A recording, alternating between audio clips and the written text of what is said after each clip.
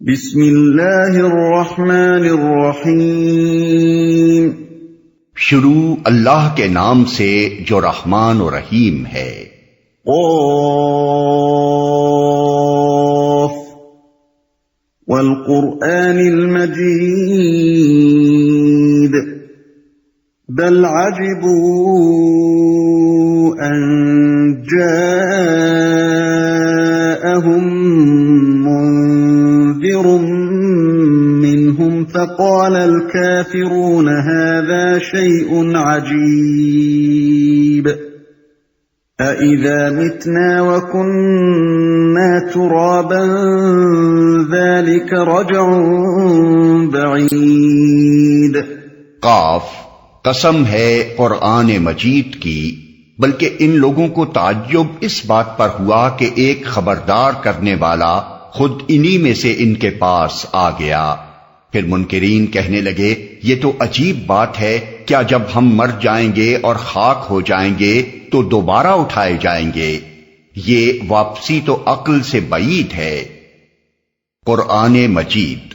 مجید کا لفظ عربی زبان میں دو معنوں کے لیے استعمال ہوتا ہے، ایک بلند مرتبہ، باعظمت، بزرگ اور صاحب عزت و شرف، دوسرے کریم، کثیر العطا، بہت نفع پہنچانے والا۔ قرآن کے لیے یہ لفظ ان دونوں معنوں میں استعمال فرمایا گیا ہے۔ قرآن اس لحاظ سے عظیم ہے کہ دنیا کی کوئی کتاب اس کے مقابلے میں نہیں لائی جا سکتی۔ اپنی زبان اور ادب کے لحاظ سے بھی وہ معجزہ ہے اور اپنی تعلیم اور حکمت کے لحاظ سے بھی معجزہ۔ جس وقت وہ نازل ہوا تھا اس وقت بھی انسان اس کے مانند کلام بنا کر لانے سے عاجز تھے اور آج بھی عاجز ہیں۔ اس کی کوئی بات کبھی کسی زمانے میں غلط ثابت نہیں کی جا سکی ہے، نہ کی جا سکتی ہے۔ باطل نہ سامنے سے اس کا مقابلہ کر سکتا ہے، نہ پیچھے سے حملہ آور ہو کر اسے شکست دے سکتا ہے۔ اور اس لحاظ سے وہ کریم ہے کہ انسان جس قدر زیادہ اس سے رہنمائی حاصل کرنے کی کوشش کرے، اسی قدر زیادہ وہ اس کو رہنمائی دیتا ہے، اور جتنی زیادہ اس کی پیروی کرے اتنی زیادہ اسے دنیا اور آخرت کی بھلائیاں حاصل ہوتی چلی جاتی ہیں۔ اس کے فوائد و منافع کی کوئی حد نہیں ہے، جہاں جا کر انسان اس سے بے نیاز ہو سکتا ہو یا جہاں پہنچ کر اس کی نفع بخشی ختم ہو جاتی ہو۔ ان کے پاس آ گیا۔ یہ فقرہ بلاغت کا بہترین نمونہ ہے، جس میں ایک بہت بڑے مضمون کو چند مختصر الفاظ میں سمو دیا گیا ہے۔ قرآن کی قسم جس بات پر کھائی گئی ہے اسے بیان نہیں کیا گیا، اس کا ذکر کرنے کے بجائے بیچ میں ایک لطیف خلا چھوڑ کر آگے کی بات بلکہ سے شروع کر دی گئی ہے۔ آدمی ذرا غور کرے اور اس پس منظر کو بھی نگاہ میں رکھے جس میں یہ بات فرمائی گئی ہے تو اسے معلوم ہو جاتا ہے کہ قسم اور بلکہ کے درمیان جو خلا چھوڑ دیا گیا ہے اس کا مضمون کیا ہے۔ اس میں دراصل قسم جس بات پر کھائی گئی ہے وہ یہ ہے کہ اہل مکہ نے محمد صلی اللہ علیہ وسلم کی رسالت کو ماننے سے کسی معقول بنیاد پر انکار نہیں کیا ہے، بلکہ اس سراسر غیر معقول بنیاد پر کیا ہے کہ ان کی اپنی ہی جنس کے ایک بشر اور ان کی اپنی ہی قوم کے ایک فرد کا خدا کی طرف سے خبردار بن کر آ جانا ان کے نزدیک سخت قابل تعجب بات ہے۔ حالانکہ تعجب کے قابل بات اگر ہو سکتی تھی تو وہ یہ تھی کہ خدا اپنے بندوں کی بھلائی اور برائی سے بے پرواہ ہو کر انہیں خبردار کرنے کا کوئی انتظام نہ کرتا، یا انسانوں کو خبردار کرنے کے لیے کسی غیر انسان کو بھیجتا، یا عربوں کو خبردار کرنے کے لیے کسی چینی کو بھیج دیتا۔ اس لیے انکار کی یہ بنیاد تو قطعی نامعقول ہے، اور ایک صاحب عقل سلیم یقیناً یہ ماننے پر مجبور ہے کہ خدا کی طرف سے بندوں کو خبردار کرنے کا انتظام ضرور ہونا چاہیے، اور اسی شکل میں ہونا چاہیے کہ خبردار کرنے والا خود انہی لوگوں میں سے کوئی شخص ہو جن کے درمیان وہ بھیجا گیا ہو۔ اب رہ جاتا ہے یہ سوال کہ آیا محمد صلی اللہ علیہ وسلم ہی وہ شخص ہیں جنہیں خدا نے اس کام کے لیے بھیجا ہے؟ تو اس کا فیصلہ کرنے کے لیے کسی اور شہادت کی حاجت نہیں۔ یہ عظیم و کریم قرآن جسے وہ پیش کر رہے ہیں اس بات کا ثبوت دینے کے لیے بالکل کافی ہے۔ اس تشریح سے معلوم ہو جاتا ہے کہ اس آیت میں قرآن کی قسم اس بات پر کھائی گئی ہے کہ محمد صلی اللہ علیہ وسلم واقعی اللہ کے رسول ہیں اور ان کی رسالت پر کفار کا تعجب بیجا ہے، اور قرآن کے مجید ہونے کو اس دعوے کے ثبوت میں پیش کیا گیا ہے۔ عقل سے بعید ہے۔ یہ ان لوگوں کا دوسرا تعجب تھا۔ پہلا اور اصل تعجب زندگی بعد موت پر نہ تھا، بلکہ اس پر تھا کہ انہی کی جنس اور قوم کے ایک فرد نے اٹھ کر دعویٰ کیا تھا کہ میں خدا کی طرف سے تمہیں خبردار کرنے کے لیے آیا ہوں۔ اس کے بعد مزید تعجب انہیں اس پر ہوا کہ وہ شخص انہیں جس چیز سے خبردار کر رہا تھا وہ یہ تھی کہ تمام انسان مرنے کے بعد اثر نو زندہ کیے جائیں گے اور ان سب کو اکٹھا کر کے اللہ کی عدالت میں پیش کیا جائے گا، اور وہاں ان کے اعمال کا محاسبہ کرنے کے بعد جزا اور سزا دی جائے گی۔ قد علمنا ما تنقص الارض منهم وعندنا کتاب حفیظ۔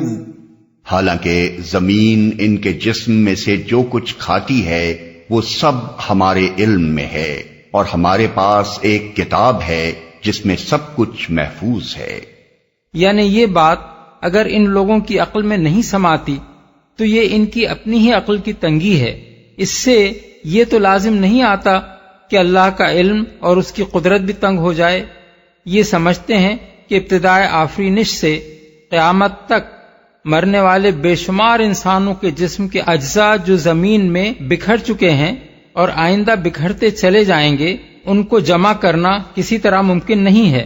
لیکن واقعہ یہ ہے کہ ان میں سے ہر جز جس شکل میں جہاں بھی ہے اللہ تعالیٰ براہ راست اس کو جانتا ہے، اور مزید برآں اس کا پورا ریکارڈ اللہ کے دفتر میں محفوظ کیا جا رہا ہے، جس سے کوئی ایک ذرہ بھی چھوٹا ہوا نہیں ہے۔ جس وقت اللہ کا حکم ہوگا اسی وقت آنن فانن اس کے فرشتے اس ریکارڈ سے رجوع کر کے ایک ایک ذرے کو نکال لائیں گے، اور تمام انسانوں کے وہی جسم پھر بنا دیں گے جن میں رہ کر انہوں نے دنیا کی زندگی میں کام کیا تھا۔ یہ آیت بھی من جملہ ان آیات کے ہے جن میں اس بات کی صراحت کی گئی ہے کہ آخرت کی زندگی نہ صرف یہ کہ ویسی ہی جسمانی زندگی ہوگی جیسی اس دنیا میں ہے، بلکہ جسم بھی ہر شخص کا وہی ہوگا جو اس دنیا میں تھا۔ اگر حقیقت یہ نہ ہوتی تو کفار کی بات کے جواب میں یہ کہنا بالکل بے معنی تھا کہ زمین تمہارے جسم میں سے جو کچھ کھاتی ہے وہ سب ہمارے علم میں ہے اور ذرے ذرے کا ریکارڈ موجود ہے۔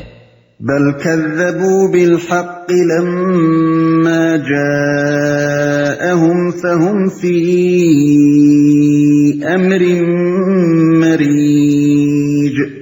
بلکہ ان لوگوں نے تو جس وقت حق ان کے پاس آیا اسی وقت اسے صاف جھٹلا دیا، اسی وجہ سے اب یہ الجھن میں پڑے ہوئے ہیں۔ اس مختصر سے فقرے میں بھی ایک بہت بڑا مضمون بیان کیا گیا ہے۔ اس کا مطلب یہ ہے کہ ان لوگوں نے صرف تعجب کرنے اور بعید از عقل ٹھہرانے پر ہی اکتفا نہ کیا، بلکہ جس وقت محمد صلی اللہ علیہ وسلم نے اپنی دعوت حق پیش کی اسی وقت بلا تعامل اسے قطعی جھوٹ قرار دے دیا۔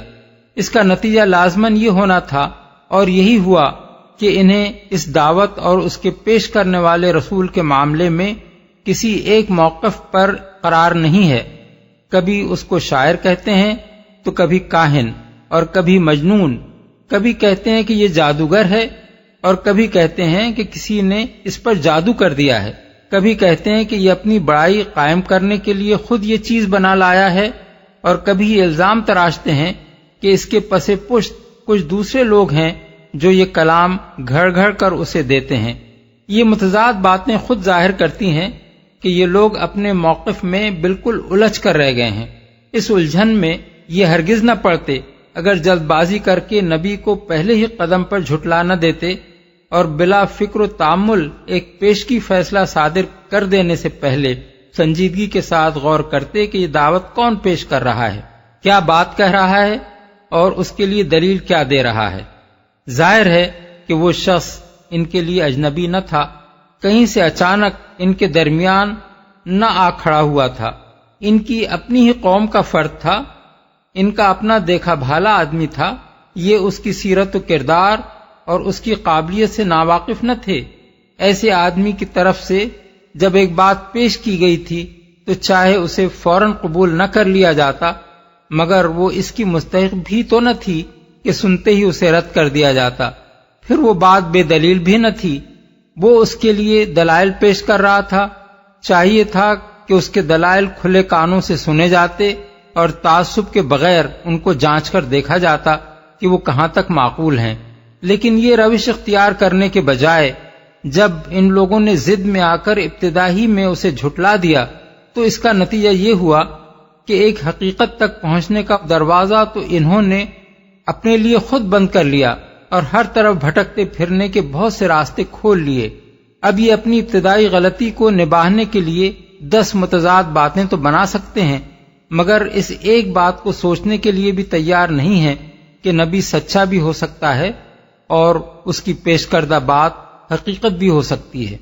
أَفَلَمْ يَنظُرُوا إِلَى السَّمَاءِ فَوْقَهُمْ كَيْفَ بَنَيْنَاهَا وَزَيَّنَّاهَا وَمَا لَهَا مِن فُرُوجٍ.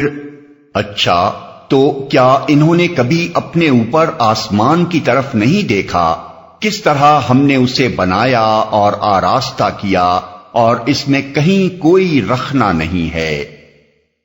اچھا، اوپر کی 5 آیتوں میں کفار مکہ کے موقف کی نامعقولیت واضح کرنے کے بعد اب بتایا جا رہا ہے کہ آخرت کی جو خبر محمد صلی اللہ علیہ وسلم نے دی ہے اس کی صحت کے دلائل کیا ہیں.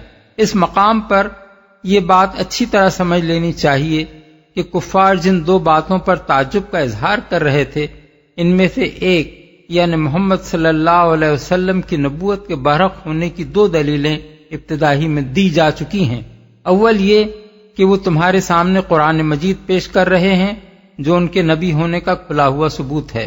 دوم یہ کہ وہ تمہاری اپنی ہی جنس اور قوم اور برادری کے آدمی ہیں، اچانک آسمان سے یا کسی دوسری سرزمین سے نہیں آ گئے ہیں کہ تمہارے لیے ان کی زندگی اور سیرت و کردار کو جانچ کر یہ تحقیق کرنا مشکل ہو کہ وہ قابل اعتماد آدمی ہیں یا نہیں، اور یہ قرآن ان کا اپنا گھڑا ہوا کلام ہو بھی سکتا ہے یا نہیں. اس لیے ان کے دعوی نبوت پر تمہارا تعجب بیجا ہے. یہ استدلال تفصیل کے ساتھ پیش کرنے کے بجائے 2 مختصر اشاروں کی شکل میں بیان کیا گیا ہے، کیونکہ جس زمانے میں محمد صلی اللہ علیہ وسلم خود مکے میں کھڑے ہو کر ان لوگوں کو قرآن سنا رہے تھے جو بچپن سے جوانی اور ادھیڑ عمر تک آپ کی ساری زندگی دیکھے ہوئے تھے، اس وقت ان اشاروں کی پوری تفصیل ماحول کے ہر شخص پر آپ ہی واضح تھی. اس لیے اس کو چھوڑ کر اب تفصیلی استدلال اس دوسری بات کی صداقت پر کیا جا رہا ہے جس کو وہ لوگ عجیب اور عقل سے بعید کہہ رہے تھے. آراستہ کیا، یہاں آسمان سے مراد وہ پورا عالم بالا ہے جسے انسان شب و روز اپنے اوپر چھایا ہوا دیکھتا ہے، جس میں دن کو سورج چمکتا ہے اور رات کو چاند اور بے حد و حساب تارے روشن نظر آتے ہیں، جسے آدمی برہنہ آنکھی سے دیکھے تو حیرت طاری ہو جاتی ہے، لیکن اگر دوربین لگا لے تو ایک ایسی وسیع و عریض کائنات اس کے سامنے آتی ہے جو ناپیدا کنار ہے، کہیں سے شروع ہو کر کہیں ختم ہوتی نظر نہیں آتی. ہماری زمین سے لاکھوں گنے بڑے عظیم الشان سیارے اس کے اندر گیندوں کی طرح گھوم رہے ہیں، ہمارے سورج سے ہزاروں درجہ زیادہ روشن تارے اس میں چمک رہے ہیں. ہمارا یہ پورا نظام شمسی اس کی صرف ایک کہکشاں یعنی گیلیکسی کے ایک کونے میں پڑا ہوا ہے. تنہا اسی ایک کہکشاں میں ہمارے سورج جیسے کم از کم 3 ارب دوسرے تارے یعنی ثوابت موجود ہیں، اور اب تک کا انسانی مشاہدہ ایسی 10 لاکھ کہکشانوں کا پتہ دے رہا ہے. ان لاکھوں کہکشانوں میں سے ہماری قریب ترین ہمسایہ کہکشاں اتنے فاصلے پر واقع ہے کہ اس کی روشنی 1,86,000 میل فی سیکنڈ کی رفتار سے چل کر 10 لاکھ سال میں زمین تک پہنچتی ہے. یہ تو کائنات کے صرف اس حصے کی وسعت کا حال ہے جو اب تک انسان کے علم اور اس کے مشاہدے میں آئی ہے. خدا کی خدائی کس قدر وسیع ہے اس کا کوئی اندازہ ہم نہیں کر سکتے. ہو سکتا ہے کہ انسان کی معلوم کائنات اس پوری کائنات کے مقابلے میں وہ نسبت بھی نہ رکھتی ہو جو قطرے کو سمندر سے ہے. اس عظیم کارگاہ ہست و بود کو جو خدا وجود میں لایا ہے اس کے بارے میں زمین پر رینگنے والا یہ چھوٹا سا حیوان ناطق جس کا نام انسان ہے، اگر یہ حکم لگائے کہ وہ اسے مرنے کے بعد دوبارہ پیدا نہیں کر سکتا تو یہ اس کی اپنی ہی عقل کی تنگی ہے۔ کائنات کے خالق کی قدرت اس سے کیسے تنگ ہو جائے گی؟ کوئی رخنا نہیں ہے۔ یعنی اپنی اس حیرت انگیز وسعت کے باوجود یہ عظیم الشان نظام کائنات ایسا مسلسل اور مستحکم ہے اور اس کی بندش اتنی چست ہے کہ اس میں کسی جگہ کوئی دراڑ یا شگاف نہیں ہے اور اس کا تسلسل کہیں جا کر ٹوٹ نہیں جاتا۔ اس چیز کو ایک مثال سے اچھی طرح سمجھا جا سکتا ہے۔ جدید زمانے کے ریڈیائی حیات دانوں نے ایک کہکشانی نظام کا مشاہدہ کیا ہے جسے وہ منبع 3 جیم 295 یعنی سورس 3C 295 کے نام سے تعبیر کرتے ہیں۔ اس کے متعلق ان کا اندازہ یہ ہے کہ اس کی جو شعاعیں اب ہم تک پہنچ رہی ہیں وہ 4 ارب سال سے بھی زیادہ مدت پہلے اس میں سے روانہ ہوئی ہوں گی۔ اس بعید ترین فاصلے سے ان شعاعوں کا زمین تک پہنچنا آخر کیسے ممکن ہوتا اگر زمین اور اس کہکشاں کے درمیان کائنات کا تسلسل کسی جگہ سے ٹوٹا ہوا ہوتا اور اس کی بندش میں کہیں شگاف پڑا ہوا ہوتا؟ اللہ تعالیٰ اس حقیقت کی طرف اشارہ کر کے دراصل یہ سوال آدمی کے سامنے پیش کرتا ہے کہ میری کائنات کے اس نظام میں جب تم ایک ذرا سے رکھنے کی نشاندہی بھی نہیں کر سکتے تو میری قدرت میں اس کمزوری کا تصور کہاں سے تمہارے دماغ میں آ گیا کہ تمہاری مہلت امتحان ختم ہو جانے کے بعد تم سے حساب لینے کے لیے میں تمہیں پھر زندہ کر کے اپنے سامنے حاضر کرنا چاہوں تو نہ کر سکوں گا؟ یہ صرف امکان آخرت ہی کا ثبوت نہیں ہے بلکہ توحید کا ثبوت بھی ہے۔ 4 ارب سال نوری یعنی لائٹ ایئرز کی مسافت سے ان شعاعوں کا زمین تک پہنچنا اور یہاں انسان کے بنائے ہوئے آلات کی گرفت میں آنا صریحاً اس بات پر دلالت کرتا ہے کہ اس کہکشاں سے لے کر زمین تک کی پوری دنیا مسلسل ایک ہی مادے سے بنی ہوئی ہے، ایک ہی طرح کی قوتیں اس میں کارفرما ہیں اور کسی فرق و تفاوت کے بغیر وہ سب ایک ہی طرح کے قوانین پر کام کر رہی ہیں۔ اگر ایسا نہ ہوتا تو یہ شعاعیں نہ یہاں تک پہنچ سکتی تھیں اور نہ ان آلات کی گرفت میں آ سکتی تھیں جو انسان نے زمین اور اس کے ماحول میں کام کرنے والے قوانین کا فہم حاصل کر کے بنائے ہیں۔ اس سے ثابت ہوتا ہے کہ ایک ہی خدا اس پوری کائنات کا خالق و مالک اور حاکم و مدبر ہے۔ وَالْأَرْضَ مَدَدْنَاهَا وَأَلْقَيْنَا فِيهَا رَوَاسِيَ وَأَنبَتْنَا فِيهَا مِن كُلِّ زَوْجٍ بَهِيجٍ تَبْصِرَةً وَذِكْرَى لِكُلِّ عَبْدٍ مُنِيبٍ۔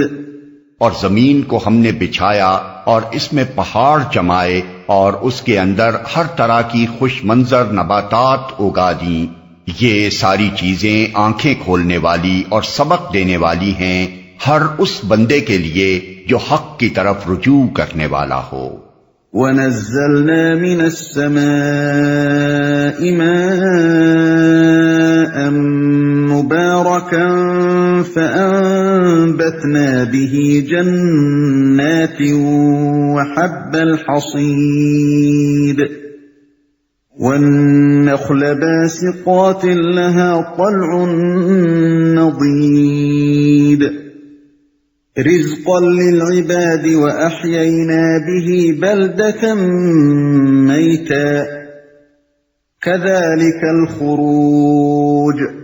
اور آسمان سے ہم نے برکت والا پانی نازل کیا، پھر اس سے باغ اور فصل کے غلے اور بلند و بالا کھجور کے درخت پیدا کر دیے جن پر پھلوں سے لدے ہوئے خوشے تہ بتہ لگتے ہیں۔ یہ انتظام ہے بندوں کو رزق دینے کا۔ اس پانی سے ہم ایک مردہ زمین کو زندگی بخش دیتے ہیں، مرے ہوئے انسانوں کا زمین سے نکلنا بھی اسی طرح ہوگا۔ استدلال یہ ہے کہ جس خدا نے زمین کے اس کرے کو زندہ مخلوقات کی سکونت کے لیے موزوں مقام بنایا اور جس نے زمین کی بے جان مٹی کو آسمان کے بے جان پانی کے ساتھ ملا کر اتنی اعلیٰ درجے کی نباتی زندگی پیدا کر دی جسے تم اپنے باغوں اور کھیتوں کی شکل میں لہلہاتے دیکھ رہے ہو، اور جس نے اس نباتات کو انسان و حیوان سب کے لیے رزق کا ذریعہ بنا دیا، اس کے متعلق تمہارا یہ گمان کہ وہ تمہیں مرنے کے بعد دوبارہ پیدا کرنے پر قادر نہیں ہے، سراسر بے عقلی کا گمان ہے۔ تم اپنی آنکھوں سے آئے دن دیکھتے ہو کہ ایک علاقہ بالکل خشک اور بے جان پڑا ہوا ہے، بارش کا ایک چھینٹا پڑتے ہی اس کے اندر سے یکایک زندگی کے چشمے پھوٹ نکلتے ہیں، مدتوں کی مری ہوئی جڑیں یکلخت جی اٹھتی ہیں، اور طرح طرح کے حشرات الارض زمین کی تہوں سے نکل کر اچھل کود شروع کر دیتے ہیں۔ یہ اس بات کا کھلا ہوا ثبوت ہے کہ موت کے بعد دوبارہ زندگی ناممکن نہیں ہے۔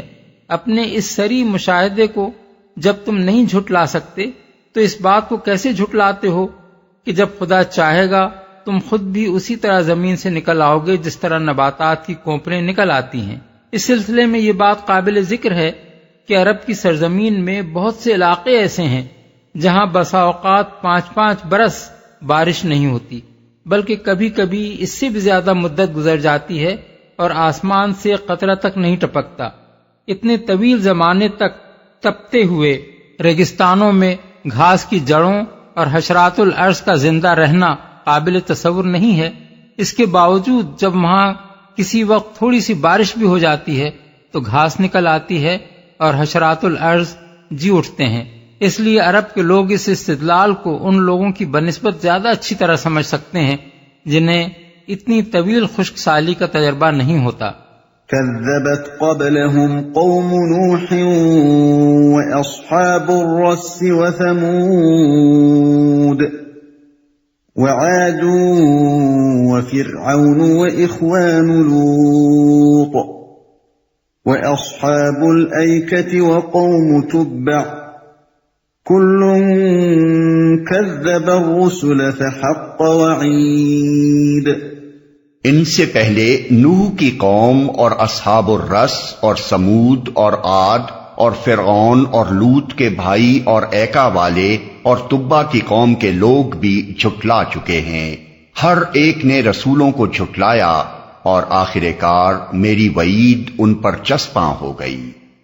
اصحاب الرس، اس سے پہلے سورہ فرقان آیت 38 میں اصحاب الرس کا ذکر گزر چکا ہے، اور دوسری مرتبہ اب یہاں ان کا ذکر ہو رہا ہے، مگر دونوں جگہ انبیاء کو جھٹلانے والی قوموں کے سلسلے میں صرف ان کا نام ہی لیا گیا ہے، کوئی تفصیل ان کے قصے کی بیان نہیں کی گئی ہے۔ عرب کی روایات میں الرس کے نام سے 2 مقام معروف ہیں، ایک نجد میں، دوسرا شمالی حجاز میں۔ ان میں نجد کا الرس زیادہ مشہور ہے اور اشعار جاہلیت میں زیادہ تر اسی کا ذکر ملتا ہے۔ اب یہ تعین کرنا مشکل ہے کہ اصحاب الرس ان دونوں میں سے کس جگہ کے رہنے والے تھے۔ ان کے قصے کی بھی کوئی قابل اعتماد تفصیل کسی روایت میں نہیں ملتی۔ زیادہ سے زیادہ بس اتنی بات صحت کے ساتھ کہی جا سکتی ہے کہ یہ کوئی ایسی قوم تھی جس نے اپنے نبی کو کنویں میں پھینک دیا تھا، لیکن قرآن مجید میں جس طرح ان کی طرف محض ایک اشارہ کر کے چھوڑ دیا گیا ہے، اس سے خیال ہوتا ہے کہ نزول قرآن کے زمانے میں اہل عرب بالعموم اس قوم اور اس کے قصے سے واقف تھے، اور بعد میں یہ روایات تاریخ میں محفوظ نہ رہ سکیں۔ فرعون، قوم فرعون کے بجائے صرف فرعون کا نام لیا گیا ہے کیونکہ وہ اپنی قوم پر اس طرح مسلط تھا کہ اس کے مقابلے میں قوم کی کوئی آزادانہ رائے اور عزیمت باقی نہیں رہی تھی۔ جس گمراہی کی طرف وہ جاتا تھا قوم اس کے پیچھے گھسٹتی چلی جاتی تھی۔ اس بنا پر پوری قوم کی گمراہی کے ذمہ دار تنہا اس شخص کو قرار دیا گیا۔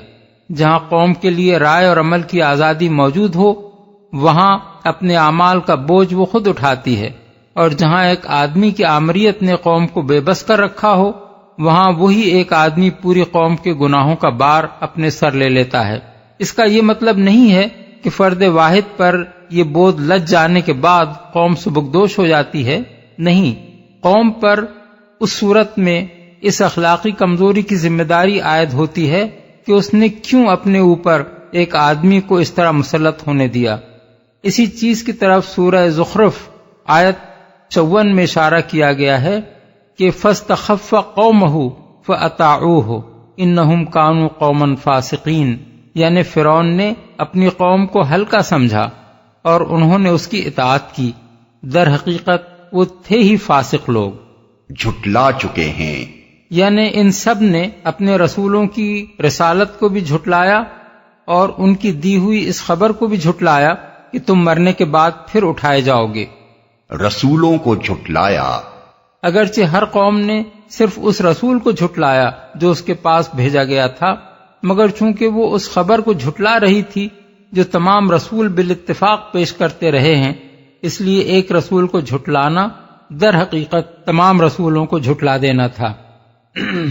علاوہ بریں ان قوموں میں سے ہر ایک نے محض اپنے ہاں آنے والے رسول ہی کی رسالت کا انکار نہ کیا تھا، بلکہ وہ سرے سے یہی بات ماننے کے لیے تیار نہ تھیں کہ انسانوں کی ہدایت کے لیے کوئی انسان اللہ تعالی کی طرف سے مامور ہو کر آ سکتا ہے۔ اس لیے وہ نفس رسالت کی منکر تھیں، اور ان میں سے کسی کا جرم بھی صرف ایک رسول کی تکذیب تک محدود نہ تھا۔ وعید ان پر چسپاں ہو گئی۔ یہ آخرت کے حق میں تاریخی استدلال ہے۔ اس سے پہلے کی 6 آیتوں میں امکان آخرت کے دلائل دیے گئے تھے، اور اب ان آیات میں عرب اور اس کے گرد و پیش کی قوموں کے تاریخی انجام کو اس بات کی دلیل کے طور پر پیش کیا گیا ہے کہ آخرت کا جو عقیدہ تمام انبیاء علیہم السلام پیش کرتے رہے ہیں وہی حقیقت کے عین مطابق ہے، کیونکہ اس کا انکار جس قوم نے بھی کیا وہ شدید اخلاقی بگاڑ میں مبتلا ہو کر رہی، اور آخر کار خدا کے عذاب نے آ کر اس کے وجود سے دنیا کو پاک کیا۔ آخرت کے انکار اور اخلاق کے بگاڑ کا یہ لزوم جو تاریخ کے دوران میں مسلسل نظر آ رہا ہے، اس امر کا صریح ثبوت ہے کہ انسان فی الواقع اس دنیا میں غیر ذمہ دار اور غیر جواب دہ بنا کر نہیں چھوڑ دیا گیا ہے، بلکہ اسے لازماً اپنی مہلت عمل ختم ہونے کے بعد اپنے اعمال کا حساب دینا ہے۔ اسی لیے تو جب کبھی وہ اپنے آپ کو غیر ذمہ دار سمجھ کر دنیا میں کام کرتا ہے، اس کی پوری زندگی تباہی کے راستے پر چل پڑتی ہے۔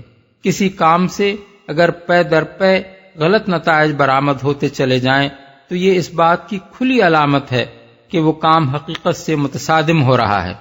أفعينا بالخلق الأول بل هم في لبس من خلق جديد۔ کیا پہلی بار کی تخلیق سے ہم عاجز تھے؟ مگر ایک نئی تخلیق کی طرف سے یہ لوگ شک میں پڑے ہوئے ہیں۔ یہ آخرت کے حق میں عقلی استدلال ہے۔ جو شخص خدا کا منکر نہ ہو اور حماقت کی اس حد تک نہ پہنچ گیا ہو کہ اس منظم کائنات اور اس کے اندر انسان کی پیدائش کو محض ایک اتفاقی حادثہ قرار دینے لگے، اس کے لیے یہ مانے بغیر چارہ نہیں ہے کہ خدا ہی نے ہمیں اور اس پوری کائنات کو پیدا کیا ہے۔ اب یہ امر واقعہ کہ ہم اس دنیا میں زندہ موجود ہیں اور زمین و آسمان کا یہ سارا کارخانہ ہماری آنکھوں کے سامنے چل رہا ہے، آپ ہی اس بات کا صریح ثبوت ہے کہ خدا ہمیں اور اس کائنات کو پیدا کرنے سے عاجز نہ تھا۔ اس کے بعد اگر کوئی شخص یہ کہتا ہے کہ قیامت برپا کرنے کے بعد وہی خدا ایک دوسرا نظام عالم نہ بنا سکے گا اور موت کے بعد وہ ہمیں دوبارہ پیدا نہ کر سکے گا، تو وہ محض خلاف عقل بات کہتا ہے۔ خدا عاجز ہوتا تو پہلے ہی پیدا نہ کر سکتا۔ جب وہ پہلے پیدا کر چکا ہے اور اسی تخلیق کی بدولت ہم خود وجود میں آئے بیٹھے ہیں، تو یہ فرض کر لینے کے لیے آخر کیا معقول بنیاد ہو سکتی ہے کہ اپنی ہی بنائی ہوئی چیز کو توڑ کر پھر بنا دینے سے وہ عاجز ہو جائے گا۔